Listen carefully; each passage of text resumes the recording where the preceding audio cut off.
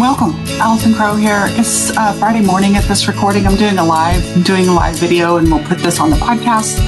So welcome live viewers, welcome replay viewers, and welcome to my podcast viewers.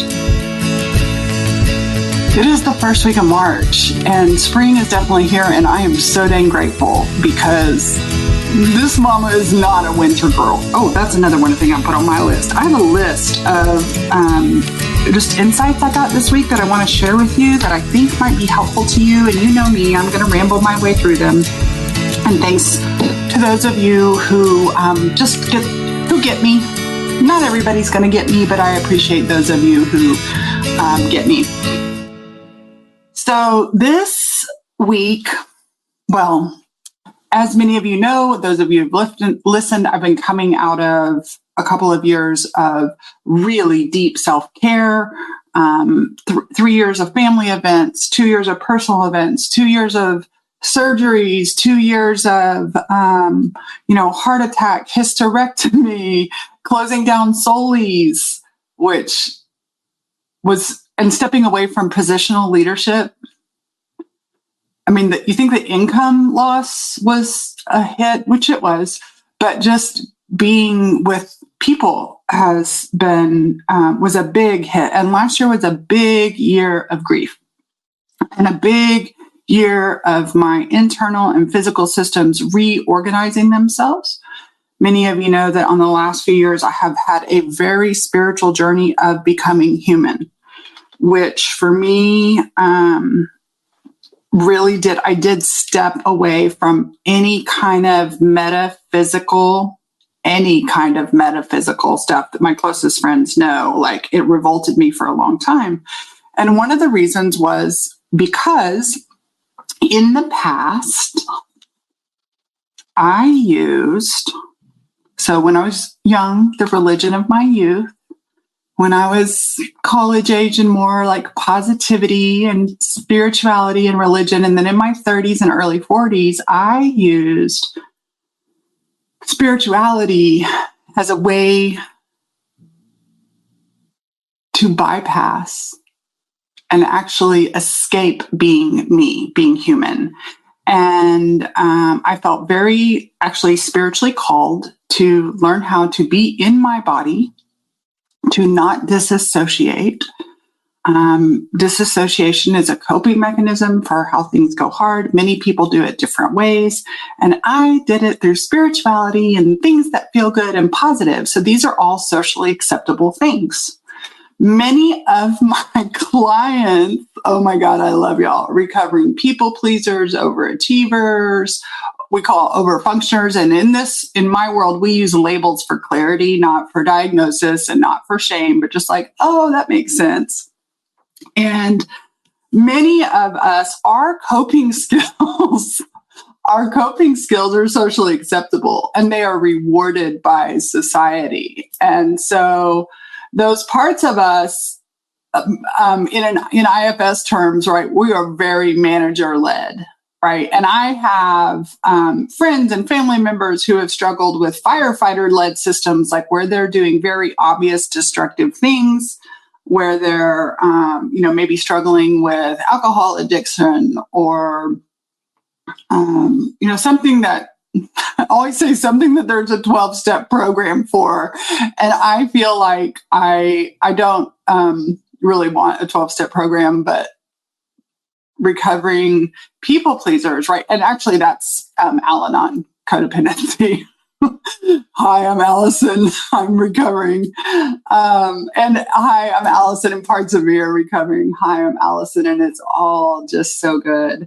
But that's the thing, is that our coping mechanisms, actually, the world loves. Right. We use our coping mechanisms to make money. We use our coping mechanisms to be loved in a socially acceptable way. We use our coping mechanisms to give to others. And then our body says, fuck you. Let's rearrange this shit. So that has been happening for me since 2015. And I'm pretty sure that I'm coming like, maiden mother crone energy. Like I was talking with my coach about, and this started a year and a half ago, like I think I'm really moving into crone energy. And then I had a grandbaby in December. I had my hysterectomy in November. And so that was a very physical manifestation of moving into my menopause era, my crone era. Yes, I love Taylor Swift. And alongside that, those of you from an IFS perspective, many of my parts have unburdened and grown up, and younger parts of me that were really driving the bus aren't driving the bus. And so, but I will say, I took a lot of time off. I needed time and physical space and time and space. I did so much deep trauma healing work in the last 3 years. I cried more tears. I got diagnosed with, y'all know I got diagnosed with ADHD around my 50th birthday 2 years ago. And last year I got diagnosed with autism. And that was mind-blowing. And what happens anytime you have an identity shift is you get to examine all your old identities and see if they're true, relevant, helpful. And one of the best things I've done in the last few years is realize how toxic personal development is.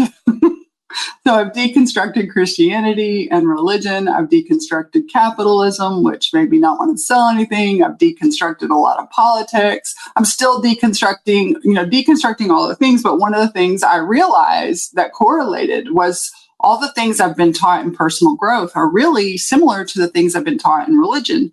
And most nowhere teaches you to source inside and trust yourself. And that's what the IFS lens has had me do, which is so fun because just in my mind, I saw this connection. So that's the other thing. I'm at a place where my spiritual is now coming back to integrate alongside my humanness. I don't have to leave my feet or my pain or my difficulty through spirituality. I can now be with my humanness and be in my pain and struggle and simultaneously allow the spiritual stuff. So my psychic stuff has come back online. My seeing shit has come back online. It's so clear. You can't, y'all, if you're going through something hard, you can't see it. You cannot see it. And it is so hard to trust that this too shall pass. It is so hard to trust our ebbs and flows. And my husband teases me because, listen, I have this these are my core values, wherever my little value sheet is. I have all these core values and they are my core values. But what I don't have the guts to put on my core values list personally, it's not my businesses, but my business version of it would be soft with the hard. But my personal value of comfort, I like to feel comfort. That could be a whole podcast. So here's what I want to share. I did step into 2024 okay, Allison, you made the least amount of money you've ever made last year. Net. My gross was more than my income as a teacher, but my net income was the least I've ever made. And my tax person was so funny. They're like, did you pay all your quarterly taxes? And I was like, this year I did not, because I know I didn't need to. I just paid 1 and 2, and I'm probably still going to get a refund. And what I learned about not making the most money, because I've made a particular amount of money that is in a range of gross and net that has been more than enough for about 10 years. And the 10 years before that, everything was always a struggle. I made a lot of money, but I spent a lot of money and I debted a lot. And I haven't debted a lot. I actually started doing shitty profit first. And shitty profit first and saving money actually saved my ass in these last 2 years so that I could really focus on my health and the things I needed to while still doing one-on-one sessions. And I tell y'all what, I have a private roster of one-on-one clients right now of 11 people. And I'm in love. I've done so much group work, and group work is leveraging, and I miss community and I love community, and I probably will open up a circle at some point soon too. But having these one-on-one conversations, one of the things I learned in the last 2 really hard years was my favorite joy of all of my life was either time with my family, except for in 2022, or one-on-one calls, like these deep conversations. And it was like all the pain would go away. And here I am. I felt like I wasn't marketing. I'd share on social media and all this other stuff, but I felt like I wasn't directly selling anything. And so I have very worky parts that are like, you're doing it wrong. You're doing it wrong.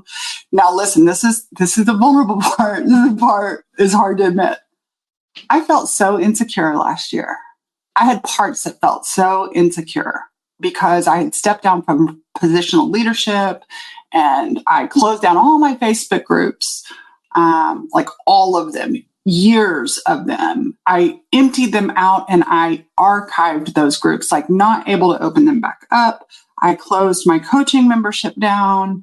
And I quit like directly selling. And I had moments where parts of me felt irrelevant, that my work didn't matter in the world anymore, that nobody wanted my work, that people really just want money. How much money can you make? I had a lot of insecure parts come up.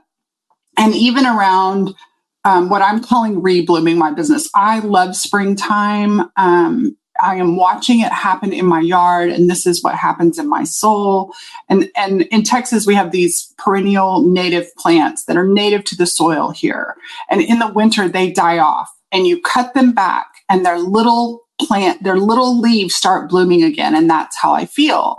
And yet there were many times over the last few years where I would feel good. And then I felt like I got hit in the gut with another horrible, hard event, growth opportunity. And so this week I really did set the intention to rebloom my business, to invite my business parts in and my professional parts in, because I was just maintaining whatever, like my bottom baseline last year.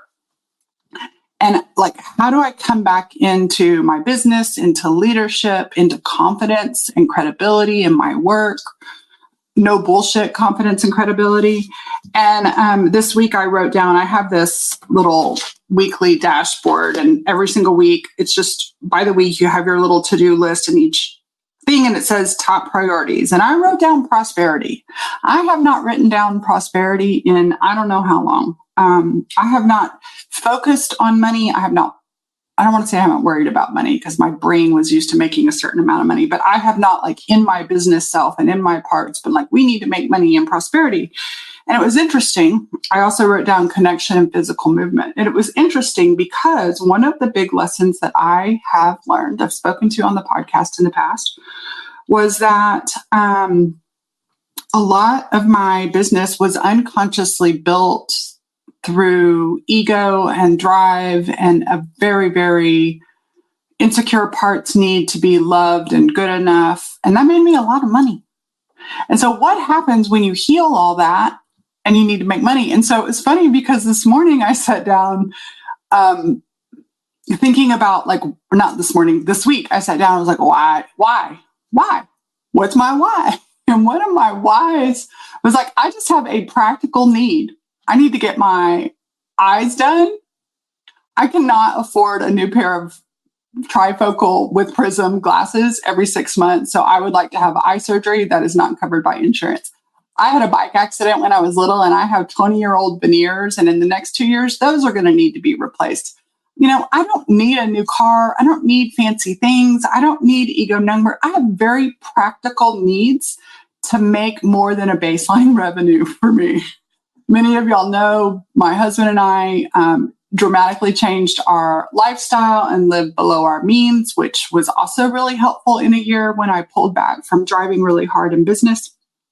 But it was fun. I put down prosperity and I drew a green line around it. And the other thing I focus on every single week, no matter what, and I did this all the last few years, is how do I connect with myself? And then where can I connect with other people? And what I mean is not the verb connect. It is connect for me. Capital connect is a state of being. And Francis Weller talks about it. He says attunement is, I'm going to get it wrong, but I'm being attuned, and how attunement is a sense of connection wedded with affection. And so my goal every morning is to give that to myself. And then as that fills up, I move about the world with connections. And it's not like, hey, let's have a connection call. Like, it's not robotic. And this week I have 4 names of people that I have connected with. One was planned long ago, like she put something in my calendar. The others were kind of impromptu. Some of them were personal. Some of them were people reaching out to me professionally. And I have a friend, his name is Jay Winia. I met him on TikTok, and he's in my new Facebook group. I do have a new Facebook group. I opened it back up, and y'all, honestly, I thought nobody would come. And there's 72 people in there. It's private. Like, it's not about more is better. It's about better is better. And it's about those of us who are lonely and actually want to exchange ideas. So it's not a hardcore selling group. It's just like co-working and co-ideas and from a self-leadership principle. I'll put a link to that in the podcast. I don't know what I'll do with all these live streams. Anyways, many months ago, when I was actually I'm still on TikTok, but I was exploring TikTok. I've been on TikTok since 2017. I would get so frustrated because Facebook always seemed so natural to me. And Jay and I had done a live stream, and we've exchanged conversations with each other. And he said to me once, because I would get all in my head and I would start like performing on TikTok. Now, I'm not doing dances, like the same stuff I do over here, but like for some reason on TikTok, like I felt myself putting mask on. And Jay was like, just remember your goal is connection. Oh my gosh. And I have never forgotten that. And so I don't write a post. I don't do anything unless I'm feeling that sense of connection. And it's real easy for me to get in subconscious should perform mode. So here are, I have writing practice at 10, so I need to watch myself. Where's my little list? I made some notes of some things that I noticed at the end of this week. So I also did not make any public offers. And this week I sold another spot to Camp Starheart. There's a Freudian slip. Camp Cultivate. I have 6 spots left and a few weeks left for that. I've not been hardcore selling that in-person retreat. And I enrolled 2 coaching clients, and they both asked me, how do I work with you? Can I work with you? But I wasn't out there like hardcore promoting. And I had started this group in the last week or 2 and just been slowly, like I didn't make sure everything was perfect. I did that thing that Jay reminded me of, like, just come from a sense of connection. You don't have to have the marketing. I didn't even have a name for it when I first started. Just come from that sense of connection. And I look up and I'm like, whoops, I made money. How did I make money? Right. In my mind, I think when I was, like, okay, I'm stepping back into my business, my brain was hearing, once you start lead generating, it's going to take 90 days to pay off. How many of y'all were taught that in your sales? Right. And what I realized, a couple things with that. The first one is that, and many of y'all know, I see a few names of people watching. I used to teach a marketing class called Share Your Heart, Show Your Work. And even though social media marketing has shifted, the zeitgeist of Share Your Heart, Show Your Work still stands. And I realized that even though I haven't been showing a lot of my work, I like to write. I like to create. I'm not a content creator. I'm just a person who creates. And somehow that has worked. So these are all connected to each other. And so my brain is like doing a web instead of a straight line. So along with that, so Share Your Heart, Show Your Work works. One of the things that I am really hard on myself about, or that I struggle with, is I have a part that is like, you need to do a podcast every single week. Like, best is trying to follow best practices. It says, pick your favorite 2 formats, right? Like, there are all these rules. And I've been really struggling with whether or not I wanted to keep doing my podcast. Is my podcast still in my values? I have an amazing podcast producer. Running a podcast costs money. It costs a lot more money than y'all realize. And to do it the way I want to do it. And I can get really hard on myself. And when I'm being hard on myself, I close down my creative mojo. And I had this insight this week. I also had wanted to I would really like to, what if I had 52 YouTubes in a year and every single week I had a YouTube video that was actually really well done and cared for and showed my professional credibility. And then I went back to why? Why? What's my so that? Why do a podcast every week? Why send out an email to my list every week? And it was so funny because I couldn't find a why. I can hear a why that they tell me, but my inner being couldn't find a why. And my inner being said, you don't have to do any of that. And you don't have to have any order. It seems like, Allison, over the last 20 years, you have popcorn created by sharing your heart and showing your work and burping over here on LinkedIn and sharing podcasts and taking time off podcasts and doing a little TikTok and a lot of Facebook. And sometimes you email and sometimes you don't. I have this menagerie of places that I create content and have connection and community and have built relationships. And I don't have to follow any of those fucking rules, and neither do you. And so this is the point that I'm getting to. And I shared with one of the viewers, I can see her comment in here. When I was in real estate, the real estate company taught us these not silos, but these containers. People are in launch phase of their business, they're in growth phase of their business, and they're in achievement phase of their business. Makes sense. And, at the time at that organization, you had different training and different KPI for launch and growth. There were different expectations, right? And so for many years, I worked with people in launch. And for the last 15 years, I've worked with people in growth and achievement phase of their business. Well, many of my clients and peers are now in, when I say achievement, you have been in business for 10 to 15 years. This is working. This is not an experiment. It's what you do. You've experienced market shifts. You've taken all the classes. You might be kind of feeling tired or bored, but this is the work you do. And there's parts of it you still love and you're not changing, but it can get very confusing.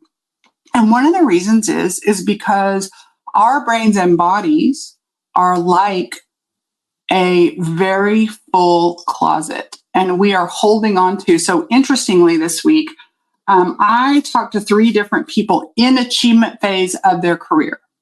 And all 3 human beings at some point in the conversation pulled a statement out of the air from their industry that they should be doing that is taught to launch people. Y'all realize that all these big, whether it's in real estate or the coaching world or wherever you're getting your groupie business sales training and business training or whatever, those are one to many, one to the lowest common denominator instructions. That model is for a baseline to see who sticks, right? And so you need to make 100 calls a week. You need to do X, Y, Z. That is for brand new people to start to build them a muscle memory. But here's the thing, those of us who've been around forever, our brain, how this is what it's like. I've been seeing these TikToks and reels lately, and it will say my memory. And my memory can remember the lyrics word for word from certain songs from junior high and the states thing, Alabama, Alaska, Arizona, Arkansas, stuff I learned in elementary school, can remember it word for word. My high school phone number was 480-8151. That phone number has not existed in forever. I can remember those things, but I cannot remember what I had for dinner last night. And so that's just the way our brain works. It holds the oldest information really well. And once it gets full, there's not quite room. So what's happening is I'm looking at these achievement-based business owners who have years of success, but are starting to feel a little dusty and rusty and confused and disillusioned. And they've tried all the models and they've experimented with all the things. And what I'm calling this is reinvention phase. And reinvention phase, which is, y'all know I've reinvented a gazillion times, but what I'm really clear on now is that the biggest part, the first chapter now of reinvention phase is go through your closet and find what works for you, not what you should do, not what you think you should do. But, this is one of the first things I do, even on these connection calls, is like, what works for you? I hear you comparing yourself and shooting yourself, but what do you know works? You have a client call after this, so you've got business. What has worked in the past? And here's a freebie for you. Every single one of you that is business owners, that is responsible for getting clients, backtrack. Where did that client come from? What, and not just one thing, write down a list of your 10 favorite, joyful people you love working and what worked. And then notice how that's different from your damn mass media standards. And listen, those of us who are engaged in our work communities, we are going to be exposing ourselves to the mass media, shooting out the one-to-many. But remember that you are much more specific. So it is now time to build our personal recipes, and not only build your personal recipe, but we have got to do something to get it into our brain and what I call remember every single day, because I forget, right? Sometimes I sit down at the desk and think, okay, here's my week. What do I want to do with my work week? And my brain goes to when I was brand new, instead of going to the ways that I've made that my own and what works for me. Most people I know do not have solid neural pathways built around what they know works for them, and they have parts thinking that you can't do that. And how do I know? This week I have the evidence that what works for me, and it does not look like something you put in a PDF and send out to the masses, because it doesn't look like work. It's so unique to me. So if you're in that reinvention phase, and as one of my consults this week, it was just like, I did this, but I don't really like it. And she said, the more I do this, the less I do me. We are at the phase where do me. I got to do me. I got to be me. And maybe this is part of, I have a lot of parts that need to be loved and liked. And I don't think that's a bad thing, but I get to be a little bit more discerning, and I get to ask, do I like them first? Do y'all realize that not this week, but recently, instead of saying, do they like me? Do they like me? I, for the first time in my entire life, said, do I like them? Do I like what I want matters? And those of us that have built coping skills from early on of people pleasing have tended to mold ourselves to be loved and accepted subconsciously. I know your intellect knows. I'm not talking about your intellect. I'm talking about your body and your nervous system. And so we overfunction and we fix and we caregive, and we tell ourselves that it's from our benevolent, good identity. And it's not.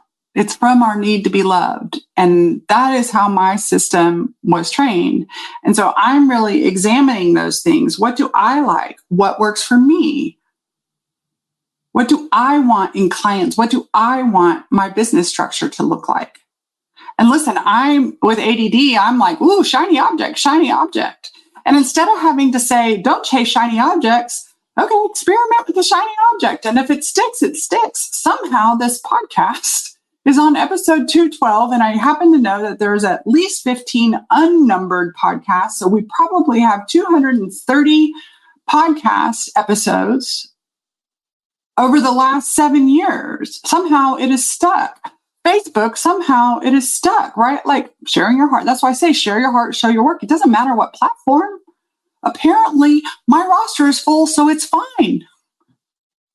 I joke with people, and this is actually not a joke, but I'm like, I implemented shitty profit first.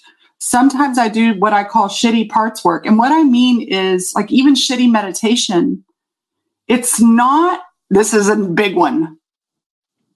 I hear people every single day, and my inner system is always reaching for some aspirational ideal that is impossible. It is reaching for this measure of impossible aspirational ideal that has been sold to us through marketing. And when you are reaching for the aspirational impossible ideal, you cannot help but experience shame, blame, guilt, you're doing it wrong, and then spend money you do not need to spend.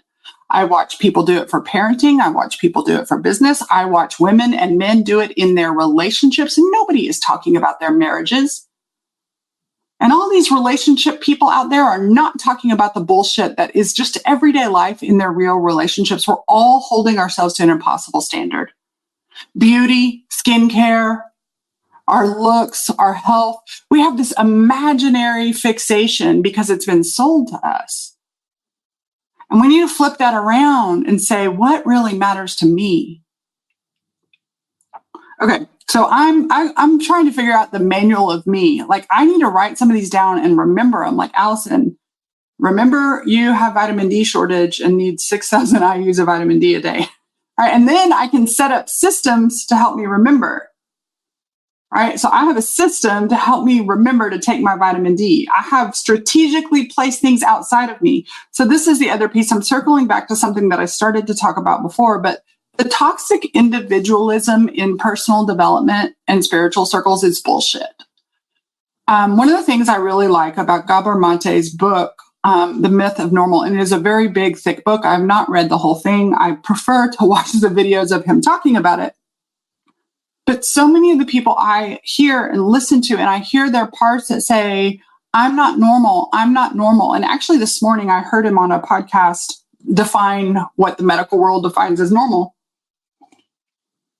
because somebody was asking him about the title of his book. And essentially the premise of his book is we're holding ourselves to an impossible standard. The world we live in is not normal.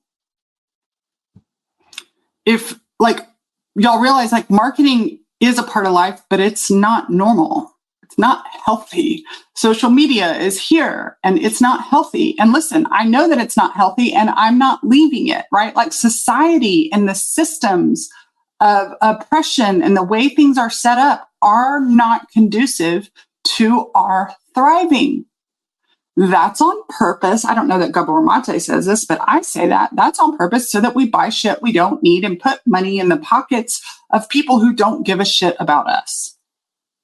I have explored my doom and gloom, and many of y'all know I have become a realist with hope.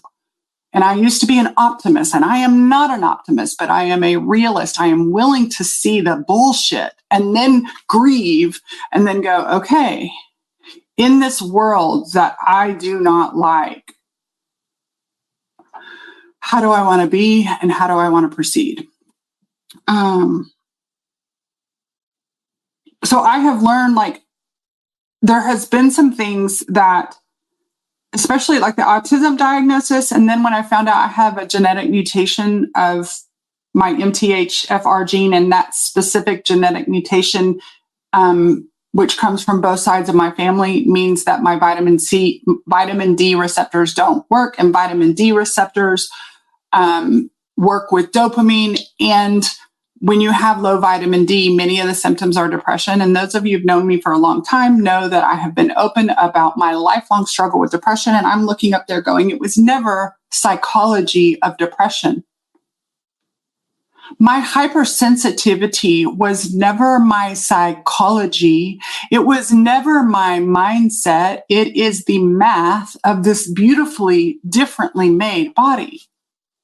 My brain, my cognitive function is not a dysfunction. It's just different.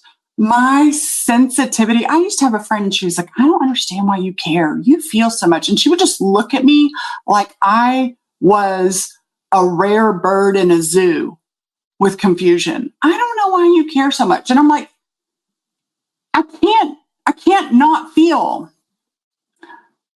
We have personalized all this stuff. And what happens when you realize, at least for me, when I have realized, like, some of these things take off all the, listen, y'all know I love emotions, but take off all the emotions and look at these things as a math equation or chemistry. It's neutral. And with this math, so for example, outside, it is going to be 80 degrees and humid in Austin, Texas. And with that data, I will adapt to find my way. And I'm not going to wear a parka today. I'm not going to wear leggings and a sweatshirt today. I'm not going to have my temperature in my house be 80 degrees, right? So I'm going to make external adjustments to fit the data. And in the personal development world, we have created toxic individualism and this, listen, I love to be responsible for the things that I am able to be responsible for and for the things that that are mine.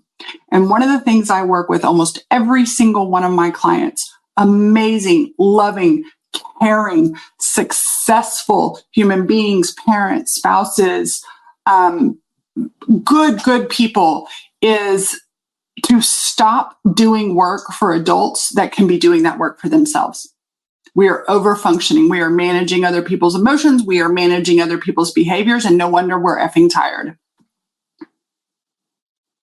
Because that's what we did to grow up. And I did it in my business. I did it in my friendships.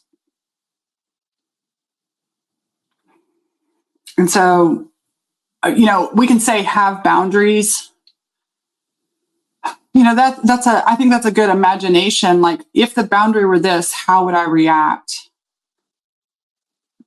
There's a lot in between there, right? Like, and this is the other thing brains do, and we're taught this in IF, right? The brain goes to the polarizations, and many of y'all know I had an event that was centered around both and. We are both human, we are both spiritual, and this place of nuance in the middle, we've got to learn to build the muscles of nuance in the middle. The other thing I learned, and I saw this morning, oh my gosh, I can't remember his name right now. It was such a beautiful post.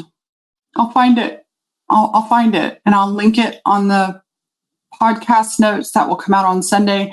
And I'll also link it in the Facebook group. My Facebook group is called Self-Led Business Humans, I think. I know I could have way better systems, and I don't care. I'm not having way better systems. I could make it easier for you. I am not here to make it easy for you. I am here to make it easy and enjoyable for me. And the right people that align with that, it's perfect. But he talked about having this recognition. He used to be a professional poker player, and when you're a professional poker player, there's so much math involved. And there's this thing in poker called variance. And the math of the poker is that sometimes variance happens. And so when you're on a losing streak, one guy, I think he said 300 and something hands this guy had lost. And apparently that's a lot, right? And here's the other thing I see, and I have learned, and I am claiming, I trust my ebbs and flows. I trust my ebbs and flows, and I set up systems to support myself in my ebbs and flows. They may be shitty systems. Shitty profit first works. Shitty meditation works. Shitty IFS parts works. Shitty financial savings works. Shitty content creation works. Anyway, he talked about variance, and I was like, yes, I now have another word for it. Like, variance is like the weather. It's not as predictable as they think, right? Like, and so I'm always trying to shove my flow state into Monday morning or in the times when I need money, instead of honoring my ebbs and flows, recognizing my Allison Crow, my personal cycles.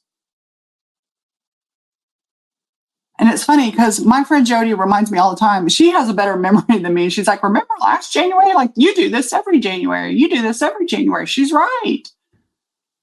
If I were really smart, I would take November, December, and January and call that winter. That would be my sabbatical, right? Like, how can we support ourselves outside of us? Because inside of us, we're taking on too much psychological responsibility. We're not doing it wrong. We're trying to bend ourselves to all these systems of the world. That's why I say we're gardeners, not machines. And if you tend to a garden, the garden responds differently to the seasons, to the weather, which is always changing, to the climate. For 4 years in this house, I have had the most gorgeous yard. with very minimal water. And last year, I saw pictures from last year at this time of the year, and just the grass is lush and beautiful like I like it. My dogs aren't allergic to it. And this year, my yard looks like total shit. Because last year, we had massive drought, and we had 3 water pumps in my neighborhood break, and they were broken for 2.5 months. And so we were on very minimal water, which meant no outdoor watering. And my grass is dead. It's dead. It's in an ebb. And we're going to see what happens naturally, and we may or may not support it in coming back. We may or may not modify what's in our yard to make it work for us. It's not high on the list. High on my list, not high on my husband's list. Yes, we bend ourselves to outside systems. And please, like, there's no shame in that. That's the other thing. Like, so if you're dysregulated, you're not doing it wrong. That's pretty normal. If you're in fight or flight, you're not doing it wrong. That's pretty normal. How can we neutralize some of this? How can we say, there, anxiety, I see you. Yeah, that makes sense. One of the things I do in parts work when I, connect with parts and they tell me their story and they tell me their suffering. And I notice, when I was very first in parts work, I had parts that were like, oh, we're going to help them. And when I really connect and listen and I hear their stories and my parts are like, I'm scared of this and I'm scared of that and I'm worried this. And I'm like, yeah, that's all valid. Makes perfect sense to me. And my parts just relax. Because it is valid. And we have so much shame around discomfort and wobbling and ebbs and variance, like my poker friend said, instead of realizing that variance is a part of the business. What can you control? This is one of the most fundamental things. What can you control and what can you not control? What's yours? I have a thing on my, is that mine? Is that thought mine? Is that energy mine? Is that mine? No, that's not mine. And I don't have to make theirs wrong for them. I mean, there's some things I'm going to make wrong. Listen, I unfriended somebody this morning that was all like, woohoo, Trump, fuck Biden. And I was like, out. I'm not doing this flagrant bullshit. Just not doing it. It's 10:02. I got to go. So you tell me what your takeaways are. Share your heart, show your work. If you're in reinvention, create a manual of me, create a list, a detailed list of things that work for you. I don't do concerts. I have 6 names of concerts that I will make modifications to go to, but I don't do concerts. It sounds really rigid, but when I was like, oh, free, easy going, I'm up for anything. That was me bending to the likability of other people. Fuck that shit. I don't like going to do stuff. I have certain things I like to do and I have the way I like to do them. And guess what? My life works better that way. Am I more rigid now? I don't think it's rigid. I'm just more sovereign. With that, I love y'all. I'm going to writing practice. Mwah. Yeah, I'm calling it Rebloom. It's spring. Flowers. Peace out, y'all. Let me know how this landed. If you liked it, share it with somebody. And if you want to come to the group, it's Self-Led Business Humans. If you go to my Facebook wall, I know some of you are going to have to go on the scavenger hunt. Self-Led Business Humans. It's on my Facebook wall. In one of the most recent posts is a link to the group, and you can request to join the group. It's private. You cannot see what people post in it. And don't come to be a voyeur. If you want to be a voyeur in my content creation world, send me a tip. I'm done working for free. Man, TikTok paid me $6 and I'm here for it. I'll take your $6. I wasn't creating content for TikTok. I wasn't selling anything. I was just being neat. And TikTok gave me $6. I'm done with the voyeuring for free. So if you want to be in the group, this is a community. Bring something. What are you going to bring to the group? Peace out, y'all.